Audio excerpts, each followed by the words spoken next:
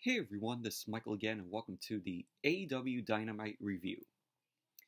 And I know that I said that this review was going to be up on yesterday, but was busy, so delivering you guys the other review today. It's Friday, so you guys are going to be getting two videos today. The Dynamite review, which is this, and of course the SmackDown review later on tonight, which I said was going to do it on Saturday, but of course, things changed.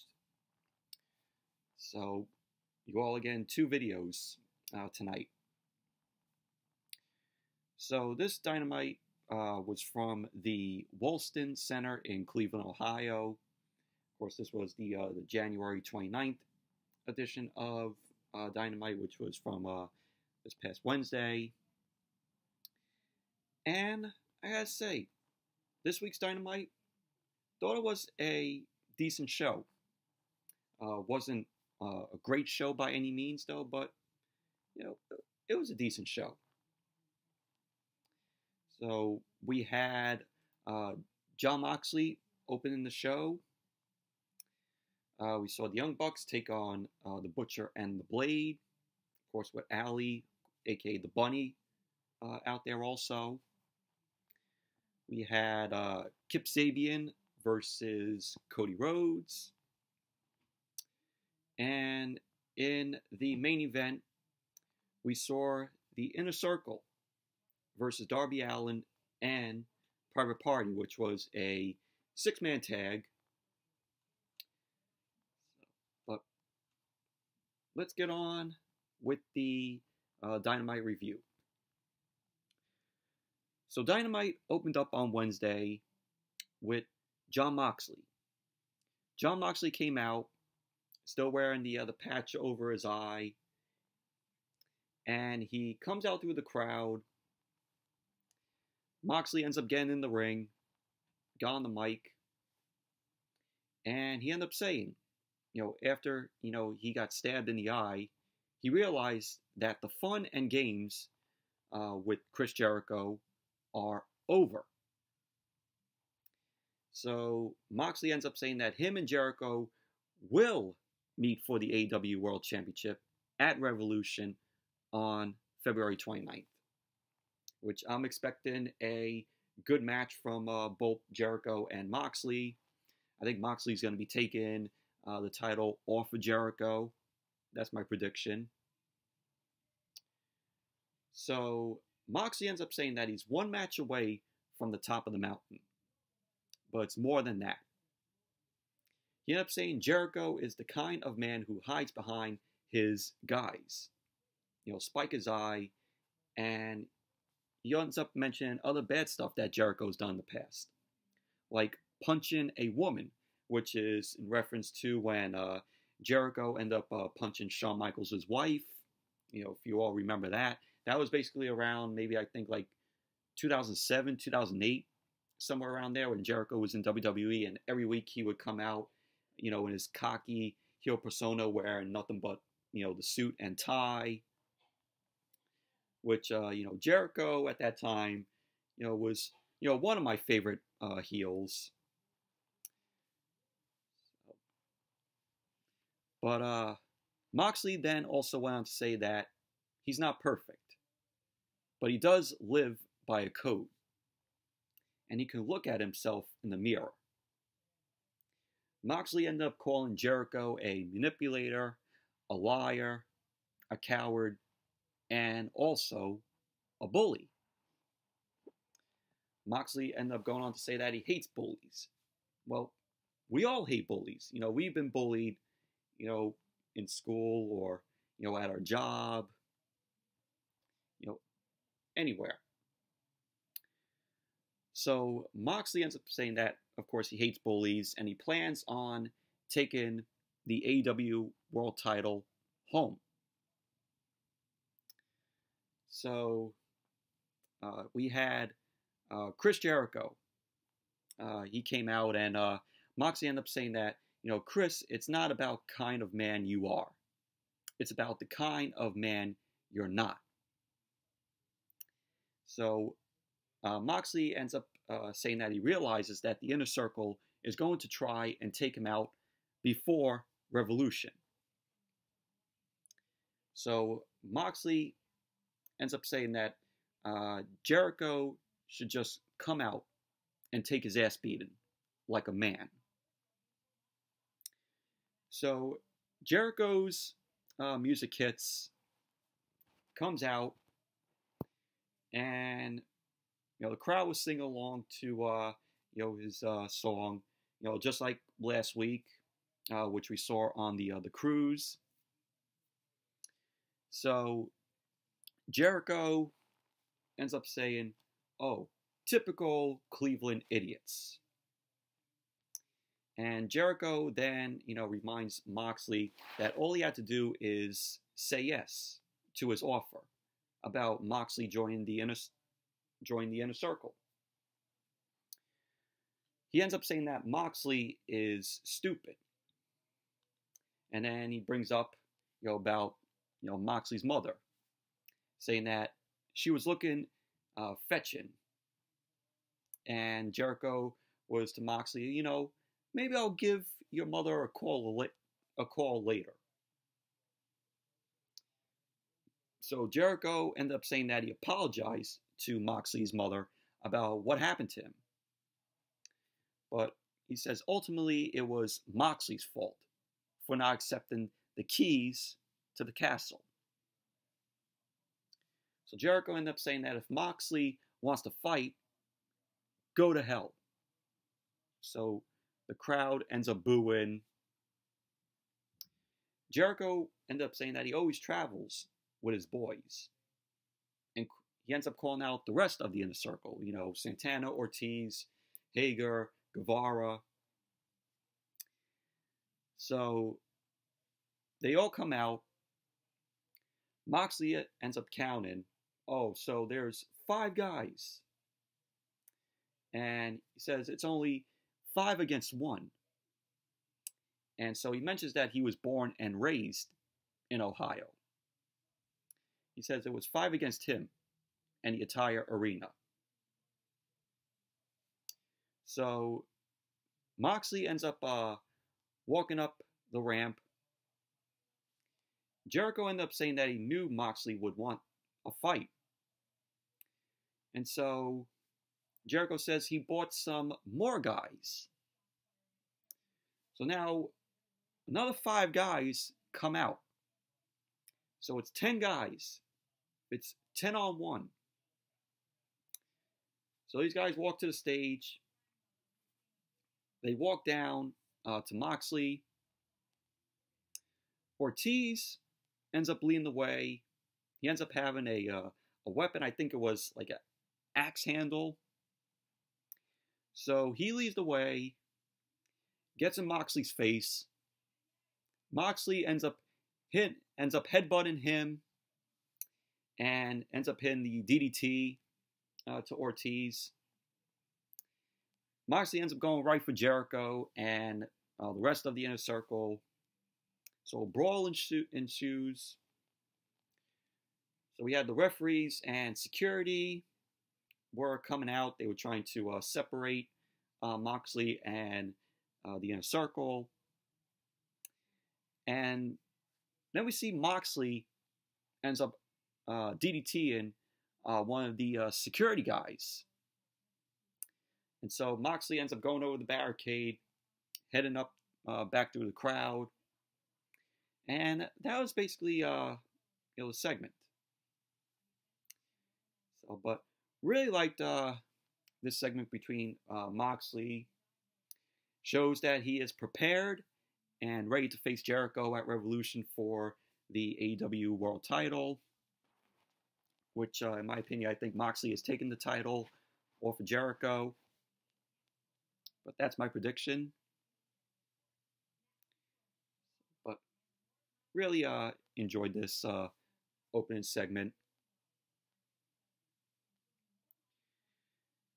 And so then we had the first match. We had Mad Nick Jackson, the Young Bucks, versus the Butcher and the Blade. Of course, with Allie, a.k.a. the Bunny, out there with them. So before the match started, we went and saw MJF and Wardlow. They go into the slaughterhouse. So MJF and Wardlow meet up with, of course, the Butcher, Blade, and the Bunny. So we see MJF hands over an envelope. Cash was inside of it. He hands over this envelope to the Bunny, aka Allin. And on the envelope, it says Young Bucks on it. And MJF ends up heading out. So little setup before the match. And so then we had MJF's music end up hitting. Butcher, Blade, and the Bunny ended up coming out first. Then MJF, came out along with Wardlow. The show went to commercial, and during the picture-in-picture, we see, of course, MJF go out and goes to the fans that are sitting, floor. MJF ends up coming over to this guy, and the guy is holding a sign that said, "Spare change." So MJF ends up taking out his wallet. Takes out, I think, maybe it was, $20 bill, I think maybe. Ends up ripping the bill part. And he ends up slapping, it wasn't a hard slap. It was like a little baby slap to this fan. So that, we end up seeing that. We also saw MJF go up to this other fan who was wearing, of course, the same scarf that MJF, wears. MJF ends up taking it off this fan, takes the scarf, and he ends up wiping the scarf between his balls and his ass. And he ends up throwing it back, into the crowd at the fan. So MJF also, as he's walking around, approaches this woman. And MJF wants, this woman to kiss the ring. And the woman's like, no. And then this guy who's sitting next to the girl, he ends up kissing the ring for MJF. So we saw all that take place during the little picture-in-picture when the show was at commercial. And then the match got underway. The Young Bucks made their way out. And the match itself, it was a pretty fun match. We had Nick Jackson and the Butcher started out. Shoulder blocks. Nick ended up shoulder blocking the Butcher. And, MJF also was joined on commentary. He was on commentary along with Tony Schiavone, Jim Ross, and Excalibur. And MJF ends up saying that all he cares about is Matt and Nick never wrestling again. That's what MJF ended up saying on commentary. So we had Matt and Nick do a couple of leaps off the top rope onto the Blade. Matt ended up tagging in Nick, who ended up hitting a springboard drop kick to the Butcher. And then we had Matt ends up tagging in, ends up hitting a double hip toss and double kicks to the Blade.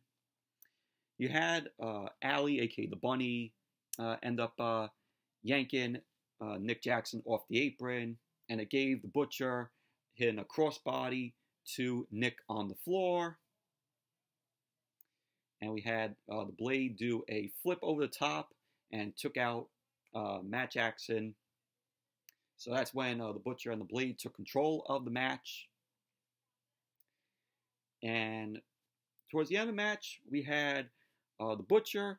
He ended up taking a double super kick from Matt and Nick. And then they end up hitting a Meltzer driver to the Blade. There you go. 1, 2, 3. Young Bucks win it. And MJF wasn't happy about that on commentary. So the Young Bucks end up winning. Post-match, you had Butcher ends up attacking the Young Bucks. And Kenny Omega then came out. Omega ended up hitting the V-trigger on the Butcher. And then we see Hangman Adam Page, tipsy as hell, comes down and gets on the apron, tells Matt to hold my beer. Can you hold my beer? So he hands his beer over to Matt Jackson. So Hangman leaps over the ropes, ends up hitting a buckshot lariat to the Blade, ends up taking his beer back from Matt, drinks it, then heads to the back, which that buckshot lariat that Hangman ended up delivering to the Blade was awesome. Really liked that little shot. And that's basically what happened post-match. But all in all, very fun match from the Young Bucks and Butcher and the Blade.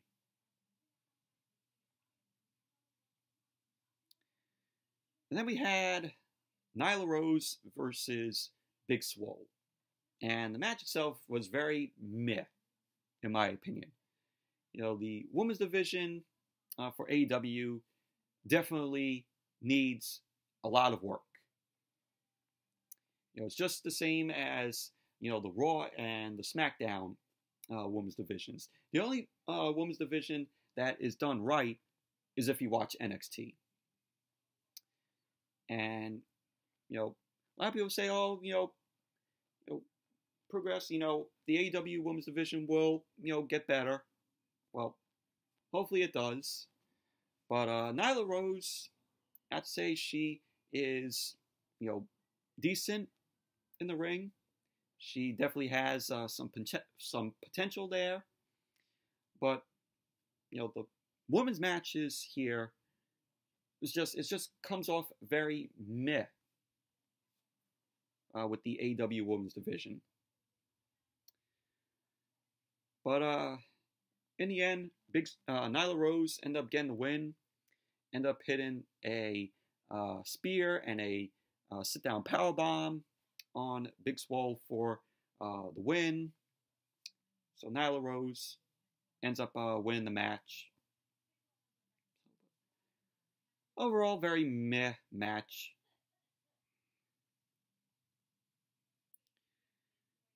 Then we saw Cody Rhodes. Cody Rhodes versus Kip Sabian. Kip Sabian came out first. Came out with Penelope Ford. And Cody ended up coming out with Arn Anderson.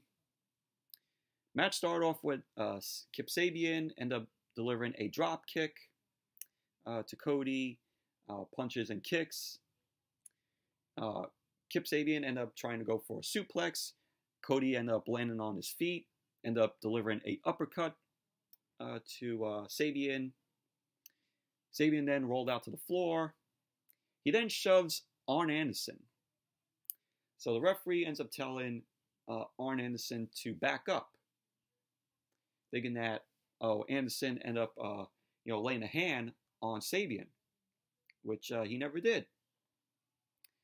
So Kip Sabian ended up coming back into the ring. He was avoiding strikes from Cody. Cody ends up landing a drop kick.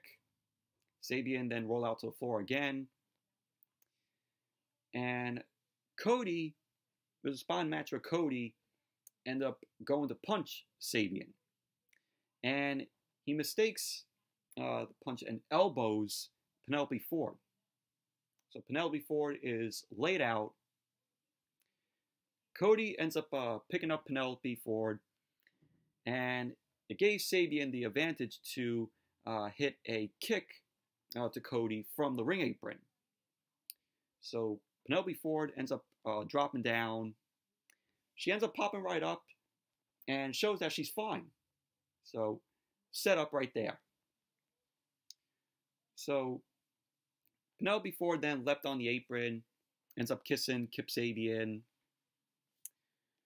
Cody ends up getting tossed back in the ring by Sabian, and the match went to commercial. And you had a point in the match where Cody ends up taking off his weight belt that he always wears. Penelope Ford snatches Cody's weight belt away from him. Cody delivers a disaster kick to Sabian. And then Penelope Ford, we see her throw her boot in the ring. And the referee ends up throwing it back out to the floor. Arn Anderson ends up showing the referee Penelope's boot. He gets on the apron. And Arn Anderson at this point has had it. And we see Arn Anderson throw Penelope's boot into the crowd, which was funny. So Anderson gets in the ring. He's yelling at the referee. Referee ends up telling Arn to get on the floor. And Arn Anderson has had enough of this. He ends up bumping the referee. And because of that, the referee ends up throwing Arn out of ringside. So we see Cody ends up telling, Arn Anderson, to go to the back. That it's okay. He has the match. For him. He's going to defeat Kip Sabian. So Kip Sabian, he's distracting the referee in the ring. Penelope Ford comes and hits the Hurricanrana off the ring steps onto Cody. Kip Sabian ends up flipping over the top rope, takes out Cody. And Penelope Ford, this was a funny point in the match that I really liked and laughed at. But Penelope Ford and Kip Sabian, they go to kiss each other, and Joey Janela comes up because he was hiding in the front row. He gets in between Penelope and Kip, and they end up kissing. Both Kip Sabian and Penelope Ford end up kissing Joey Janela on the cheek, which was hilarious. And the face that he made was funny. It's actually in my thumbnail photo for the video here. So if you've seen the thumbnail, that is what took place. So, but Kip Sabian ends up swinging at Joey Janela. He misses. Janela ends up flipping off Sabian, and that led Cody to hit a suicide dive to Sabian. They go back in the ring. Sabian ends up delivering a swinging neck breaker to Cody. Cody ends up kicking out. And towards the end of the match, Cody ends up winning, ends up delivering 3 crossroads to Kip Sabian. So there you go. Cody ends up winning the match. But overall, it was a decent match. Cody, was good. Decent match. So then, after that, we had Tony Schiavone talking with Britt Baker, interviewing Britt Baker.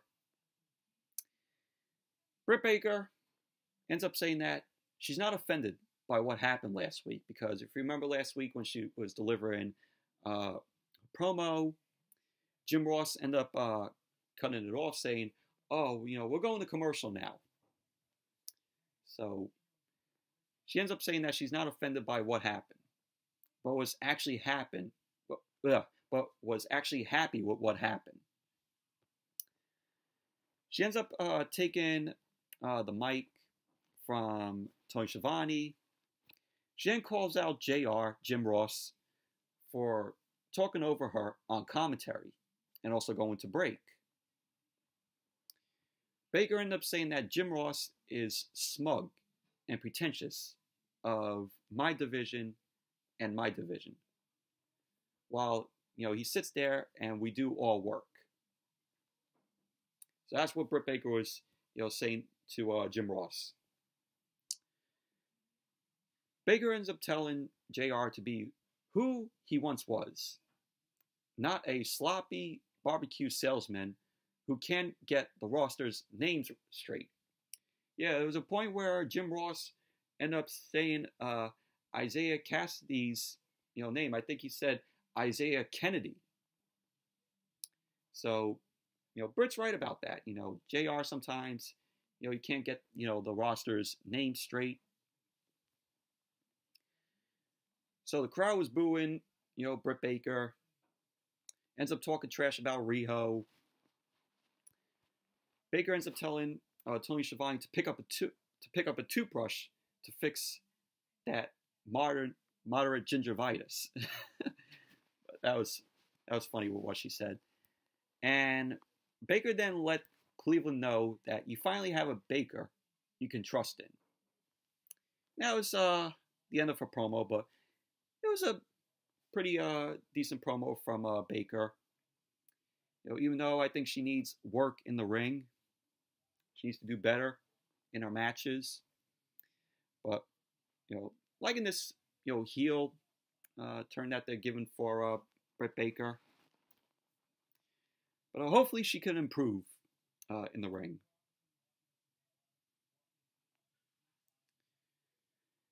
So then, after Britt Baker's promo, we went backstage. And we saw the Young Bucks and Kenny Omega. They were being interviewed. Matt and Nick ended up saying that they haven't forgotten about the Dark Order. They end up saying that they are happy about the win tonight. And they end up saying ultimately they just want to climb back to the top of the tag team division. And then we see Hangman Adam Page, still all tipsy. He ends up showing off their new nameplates for the AEW World Tag Team titles that him and Omega hold, of course. So, I'm sorry, but not Hangman and Omega's nameplates. It was actually Matt and Nick's own nameplates. Got my notes all mixed up here, so I apologize for that. So Hangman ends up handing Matt and Nick their own nameplates. He ends up saying to them that you may need them someday. Kenny Omega ends up thanking Hangman Adam Page, tries to smooth things over.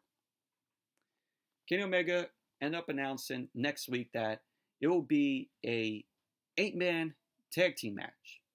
It's going to be the Young Bucks, Kenny Omega, and Hangman Adam Page versus the Blade, the Butcher, and a team of their choosing.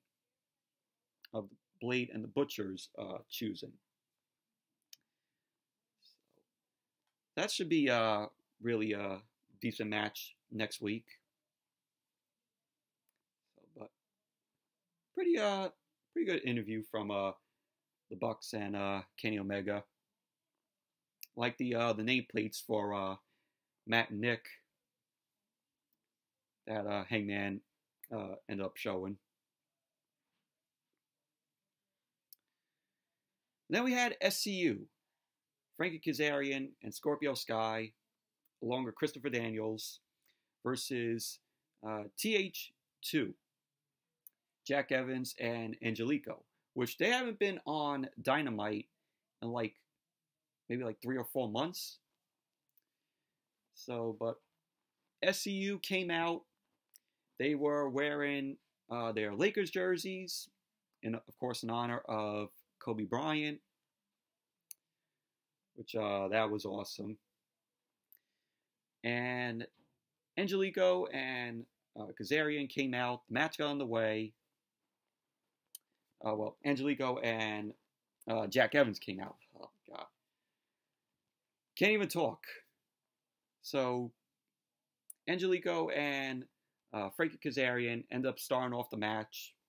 It was back and forth between them. And the match ended with Scorpio Sky coming in. He ends up tagging into the match. Lays a big boot to Angelico. And SCU end up winning the match. Overall, it was an okay match, even though we haven't seen Jack Evans and Angelico on Dynamite in like 3 or 4 months. But I did like what, Angelico and Jake Evans were wearing it for their attire.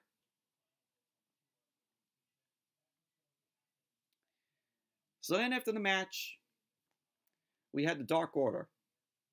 The Dark Order was shown heading down some stairs. Evil Uno says the Exhaled One is very angry with Christopher Daniels, and that the group needs to target his friends and family. Uno ended up saying that this is Daniels' warning.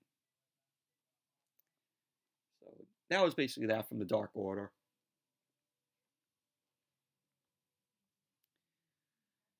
Then we had a really good promo from Pac. It was in black and white, which was cool. Pac ended up saying that Jon Moxley has made his bed, and now he can lie in it. Pac ended up saying Moxley should have fun with the Inner Circle, if there's anything left. He says Pac will come along and pluck his other eye out. Moxley's other eye out. So Pac ends up talking about Kenny Omega, saying that he doesn't like Kenny Omega's arrogance. He says, we're going to do everything at your convenience. He ended up saying that doesn't work for him, that everything will happen on his timetable. So Pac ends up saying that next week, he's coming for blood. So, pretty good promo from Pac.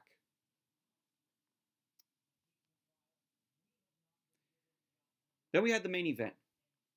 Jericho, Santana, and Ortiz versus Darby Allin and Private Party.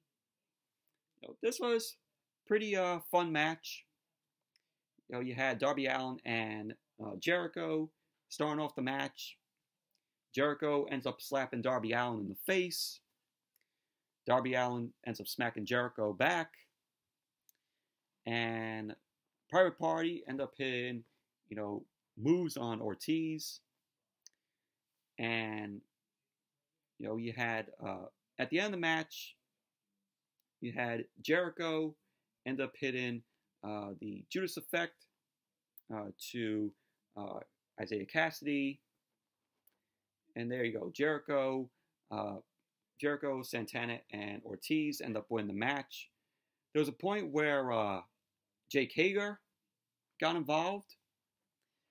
Darby Allin ended up kicking Jake Hager off the ring apron. Darby Allin ended up hitting a awesome coffin drop on Hager to the floor, which was cool. So just had to mention that little spot. Then post-match, the Inner Circle end up coming into the ring. They beat up on both Darby Allin and Private Party. Jericho ends up whipping Darby Allin and Mark Wen with the AEW World Title. Sammy Guevara then end up grabbing Darby Allin's skateboard. Hager ended up delivering a knee strike to Darby Allin. And Guevara with Darby Allin's skateboard still in hand. Guevara smashes the skateboard into Darby Allin's stomach. And he ends up jabbing. Guevara ends up also jamming Darby Allin's throat onto the skateboard, which looked brutal. That was a brutal, strike to Darby Allin with his own skateboard. So Santana is shown riding the skateboard, Moxley riding the skateboard. And we see Jon Moxley comes down, ends up having a baseball bat in hand, swinging it away, and the Inner Circle ends up getting out of the ring. And Moxley ends up pointing the bat at Jericho. And Jericho is just yelling at, Moxley from the ramp. And that's basically how Dynamite went off the air. But it was a, okay, decent show for Dynamite this week. So, yes. Anyways, that's it for my review of AEW Dynamite for this week. Thank you all for watching. Hope you all enjoyed this review. And definitely give the video a thumbs up, comment, subscribe. And I will see you all back here tonight for the SmackDown review, which tonight's SmackDown I am not looking forward to.